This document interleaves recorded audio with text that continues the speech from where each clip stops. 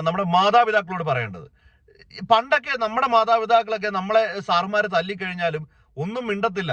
നീ അത് പഠിക്കാഞ്ഞോണ്ടല്ലേ, നീ അത് അങ്ങനെ ചെയ്തത് കൊണ്ടല്ലേ, നീ ഇങ്ങനെ ചെയ്തത് കൊണ്ടല്ലേ എന്ന് പറഞ്ഞുകൊണ്ട് നമ്മളെ കുറ്റപ്പെടുത്തുക മാത്രമാണ് ചെയ്തുകൊണ്ടിരുന്നത്. ഇന്നത്തെ ലോകത്ത് ഞാൻ കഴിഞ്ഞ ദിവസം ഒരു വീഡിയോ കണ്ടു.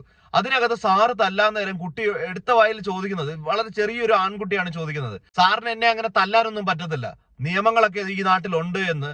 ഒരു 5ലോ 6ലോ പഠിക്കുന്നത് ഏതൊരു തമിഴ് സിനിമയിലാണ് കേട്ടോ ഞാനിത് കണ്ടത്. ആ കുട്ടി ആ സാറിനോട് ചോദിക്കുന്നുണ്ട്, സാർ നിങ്ങളെ തല്ലിക്കഴിഞ്ഞാൽ ഞങ്ങളോട് പറഞ്ഞാൽ മതി, ഞങ്ങൾ സാറിനെ വഴക്ക് പറയാം, ഇല്ലെങ്കിൽ സാറിനോട് ഞങ്ങൾ ചോദിച്ചോളാം. ഈ കാര്യങ്ങൾ നമ്മുടെ കുട്ടികളിലേക്ക് എത്തിച്ചുകൊണ്ടിരിക്കുകയാണ്. അതുകൊണ്ട് തന്നെ കുട്ടികൾ എന്തെങ്കിലും ഒന്ന് ചെയ്തു കഴിഞ്ഞാൽ നമ്മുടെ ഇപ്പോൾ ഉള്ള അധ്യാപകർക്ക് ആ കുട്ടികളോട് സംസാരിക്കാൻ പേടിയാണ്. സംസാരിക്കാൻ പറ്റത്തില്ല. നാളെ അവർ കൊണ്ടുപോയി കേസ് കൊടുക്കും. ഇല്ലെന്നുണ്ടെങ്കിൽ നാളെ വീട്ടിൽ നിന്ന് ആള് വരും, നിങ്ങൾ എന്തിനാണ് എന്റെ കുട്ടിയെ തല്ലിയെന്ന് ചോദിച്ചുകൊണ്ട്. ഇതൊക്കെ മാറ്റേണ്ട സമയം കഴിഞ്ഞു. നമ്മുടെ ഇങ്ങനെയുള്ള അനാവശ്യമായിട്ടുള്ള സൗകര്യങ്ങൾ നമ്മുടെ കുട്ടികൾക്ക് ഒരുക്കി കൊടുക്കുന്നത് കൊണ്ടാണ് ഇപ്പോൾ ഉള്ള കുട്ടികൾ കൈവിട്ടു പോകുന്നതാണ് എന്റെ അഭിപ്രായം. തീർച്ചയായിട്ടും അധ്യാപകർ വടിയെടുക്കുക തന്നെ വേണം. മാതാപിതാ ഗുരു ദൈവം എന്ന് പറഞ്ഞു കഴിഞ്ഞാൽ അച്ഛന്റെ അമ്മയുടെ സ്ഥാനം കഴിഞ്ഞാൽ ഗുരുവിനെ ബഹുമാനിക്കാൻ പഠിച്ചിരിക്കണം.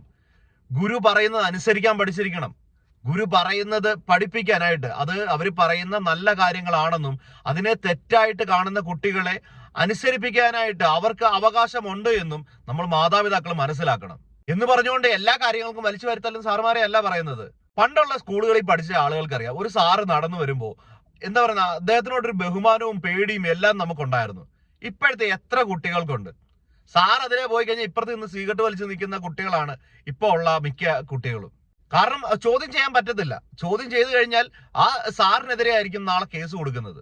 നമ്മൾ എല്ലാത്തിനും നമ്മുടെ സിനിമേനെ മാത്രം കുറ്റം പറഞ്ഞുകൊണ്ട് കാര്യമില്ല. ഞാൻ കഴിഞ്ഞ എല്ലാ വീഡിയോയിലും പറയുന്ന പോലെ സിനിമയ്ക്കകത്തുള്ള നല്ലതുമായിട്ടുള്ള കാര്യങ്ങളുണ്ട്, ചീത്തയായിട്ടുള്ള കാര്യങ്ങളുണ്ട്.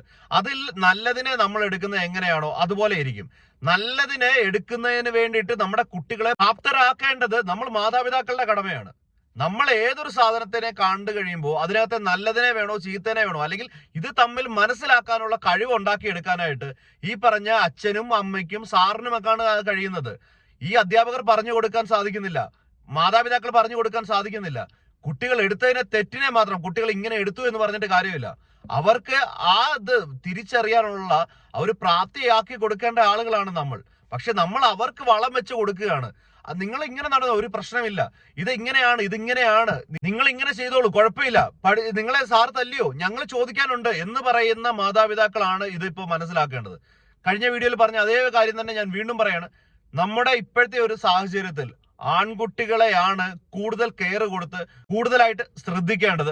പെൺകുട്ടികളെ ശ്രദ്ധിക്കേണ്ട എന്നല്ല പറയുന്നത്. പക്ഷേ ഇന്നത്തെ ഒരു കാലഘട്ടത്തിൽ കുട്ടികൾ